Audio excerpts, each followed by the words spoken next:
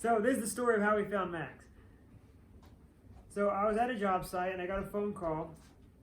It was on Halloween. The lady in the office said, "Hey, check this out." And she sent me a video of this dog howling outside.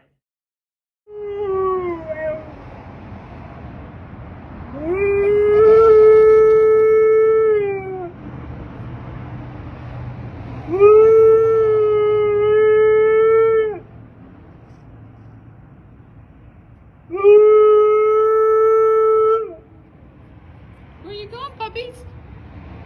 She's like, "I think it's a husky." I said, "Is it nice?" She's like, "I don't know. I haven't petted or anything." I go, "Well, just stay away from it. And when I get a chance, I'll come over. If he's still there, I'll come check it out."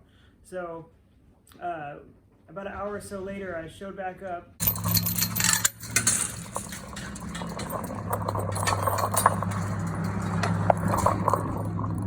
Hey there. Hello. Hello. Oh. You a boy or a girl?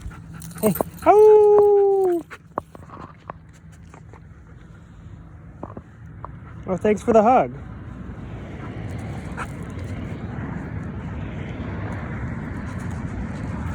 You're not gonna hump me, are you? And he just came running up to me and jumped on my leg. That was actually the first video that I had of him.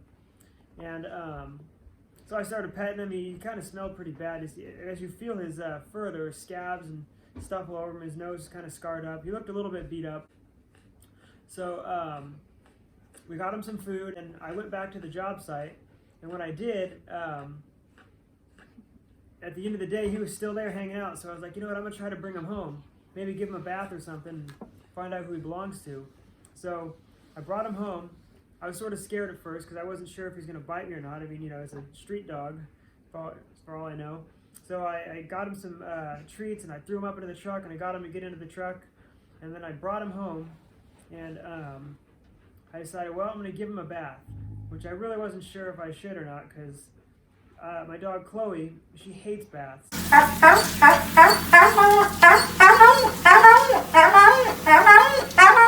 But sure enough, he actually let me give him a bath. Hey, how was your first shower? How was it? You did a great job, by the way. 5 stars. You know, that's the max. Hey there. You ready to be dried off? You ready? Crazy, he just stood there. And I was about halfway through the bath. There was tons of fleas coming off and brown and brownish black through the water. And I was washing his belly, and I was like, what the heck? And I was like, Lexi, I think he has like cancer or something. And then I squeezed it, and I realized, oh, he doesn't have cancer. That's a boy. I just felt so stupid. Oh, hey, Chloe. Hello.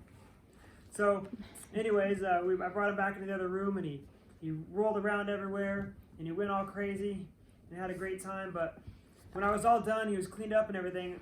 I wasn't sure what to do with him because I couldn't bring him in the house with Chloe because I didn't really know him.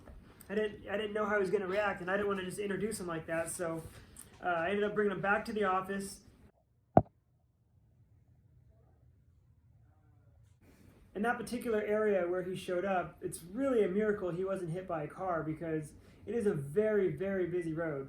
There's at least one dead animal on that road every week when I drive into work. So it's extremely shocking that he wasn't run over. It's a complete miracle.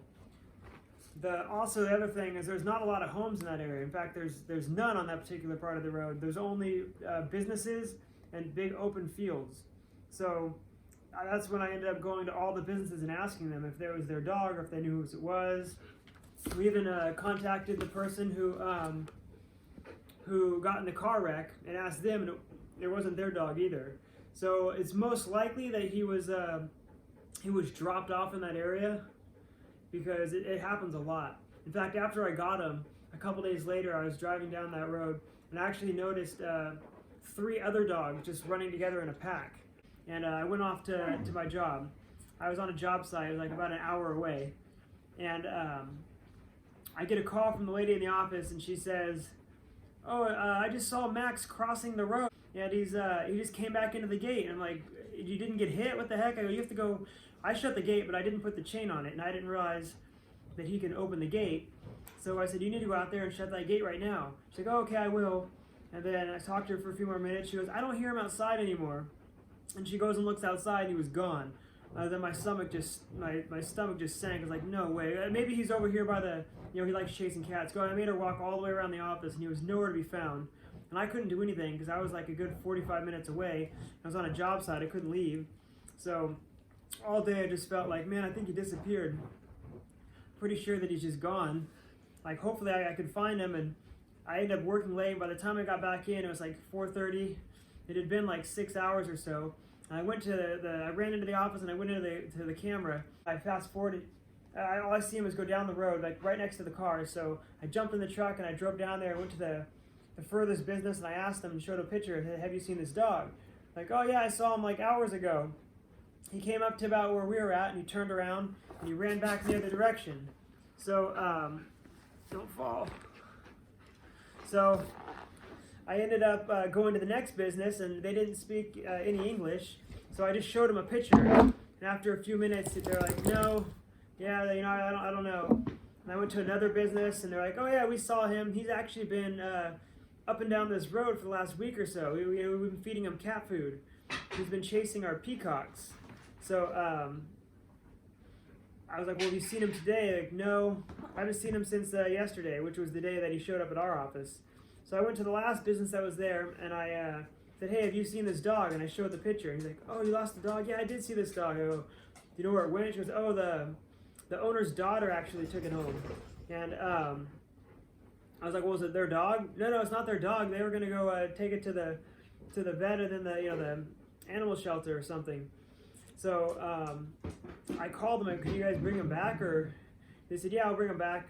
And they drove all the way back and waited like 20 minutes. And as soon as he saw me, he got super excited, started wagging his tail. Then he jumped up in the truck.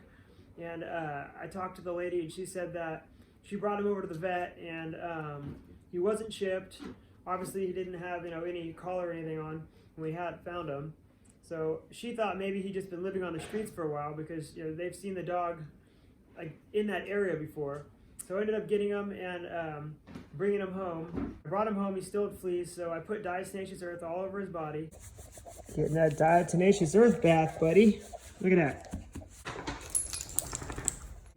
And then I waited a day to try to kill the fleas, and I gave him another bath and got a bunch more fleas off.